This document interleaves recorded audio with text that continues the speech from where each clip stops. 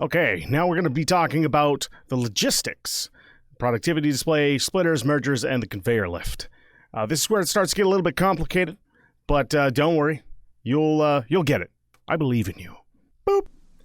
If you haven't already done so, go ahead and grab a space elevator. They're fairly important for what's coming up next, and you need them to unlock the higher tiers above tier 2. And they also have one of the coolest building animations in the game. Yeah! Grab it. Grab it like it's hard.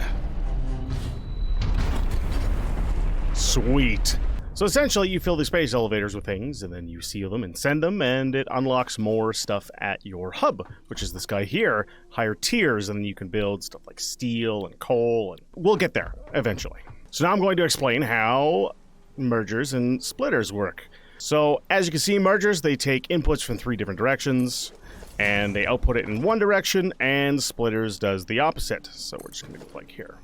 So to explain that, we're going to go here, run one to there, and then we're going to loop it back just to show you an example.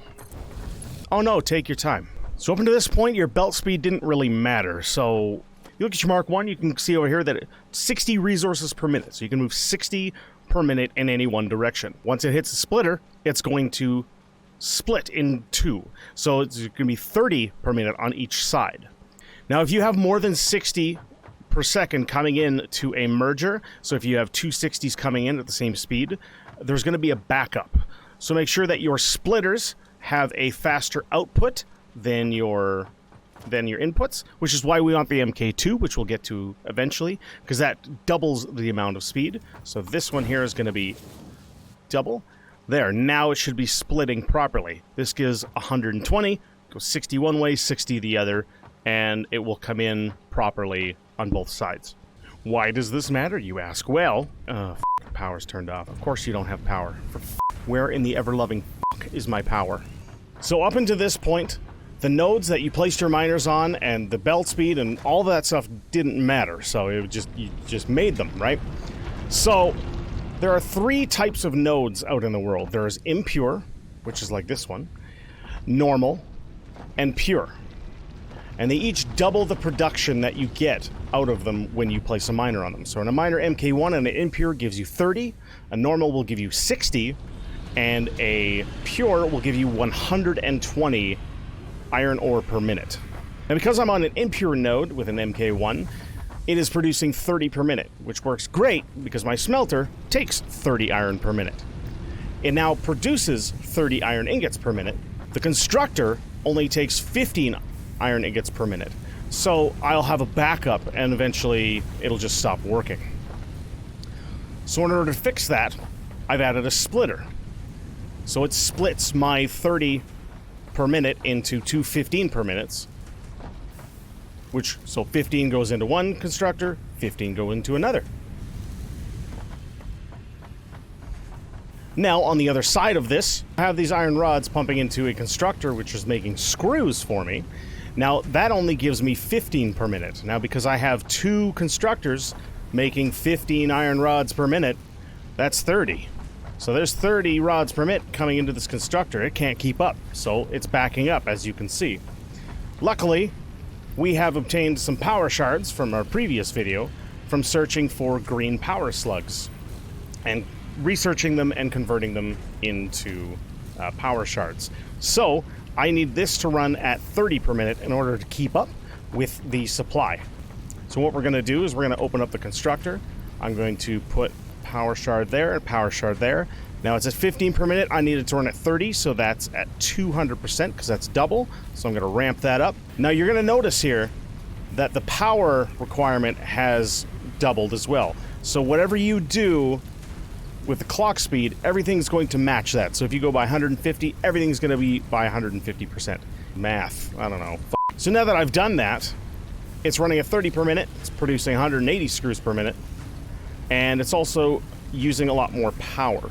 So that's how all that nonsense works. Now to talk about the efficiency clock that we unlocked right here, this is at the efficiency of which it's working. Ideally, you want it at 100% all of the time.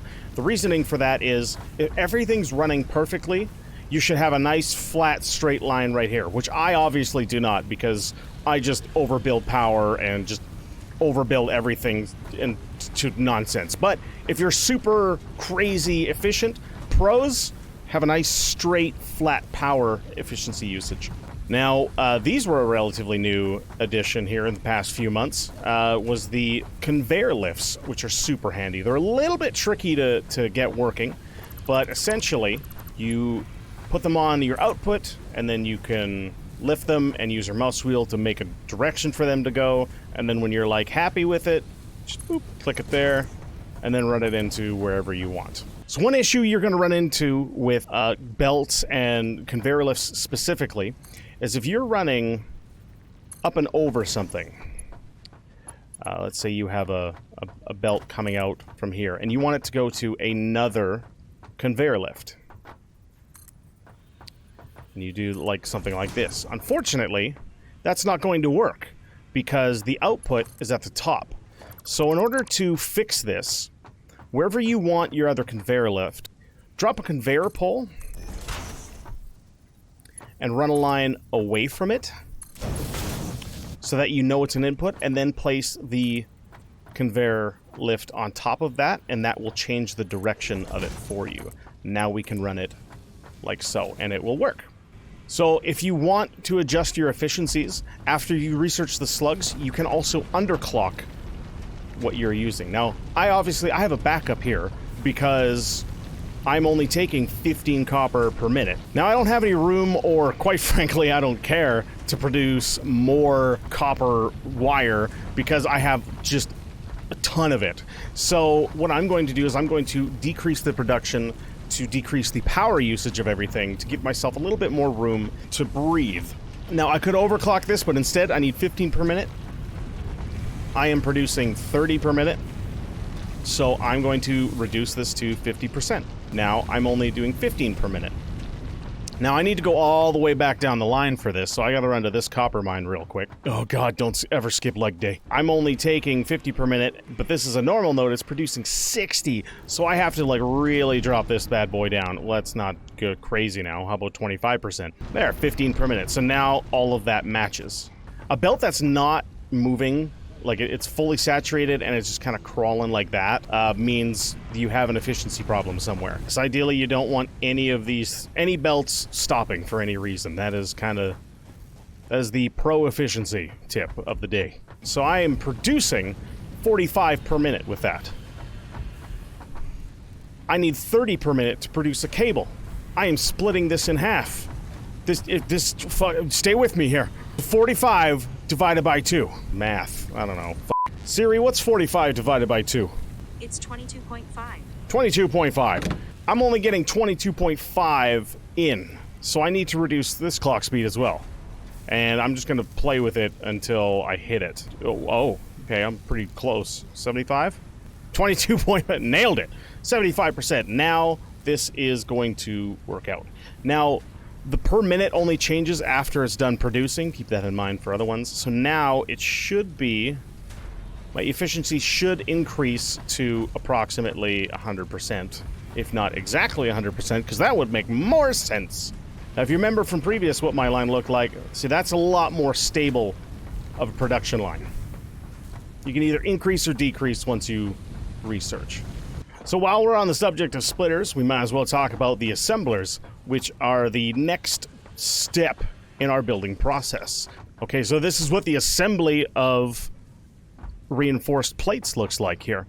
So we have a miner back there producing what I'm assuming is 60 per minute. And then I split both of that into each smelter, which takes 30 per minute. They're both producing iron ingots. I have the iron ingots going into a constructor, which is making plates at 30 per minute, because that's what plates do. I have the other side making iron ingots, which goes into 2 different constructors making iron rods, because it gets split in half. It produces 30. Iron rods take 15 per minute, so I have those split. I have both of those iron rods going into screws, which is then going into a merger, which is then going into the assembler, which is making plates. Where I'm making screws, they produce 90 per minute at 100%. But I have 2 going in there, which is way more than I need. So to avoid having a backup here, I have them both underclocked to 67%, which gives me 60.3, which is a little bit over the 120 per minute, but it should be all right in the meantime. Now this one requires 20 per minute, but I'm only producing 15 per minute. But now that I have power shards, I can just throw one in there, and let's see what 150 gives us. 22.5, so we're going to bring that back a little bit. There we go, 20.1. I always lean towards the just slightly overproduced than underproduced. That way we're not, nothing's ever waiting. Yeah, look at that nice flat line now.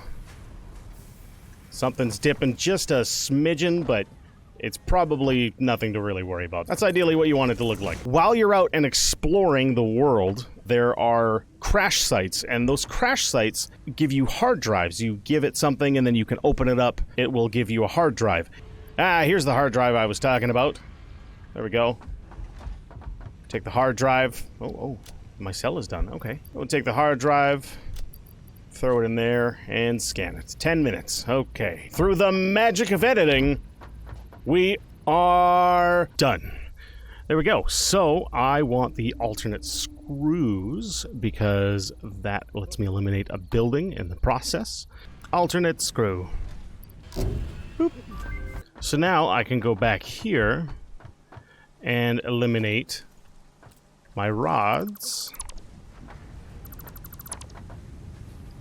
and pump these straight in. Now I just need to go with the recipe and change it to the alternate, and away it goes. Thank you so much for watching. Like and subscribe. We'll see you in the next video.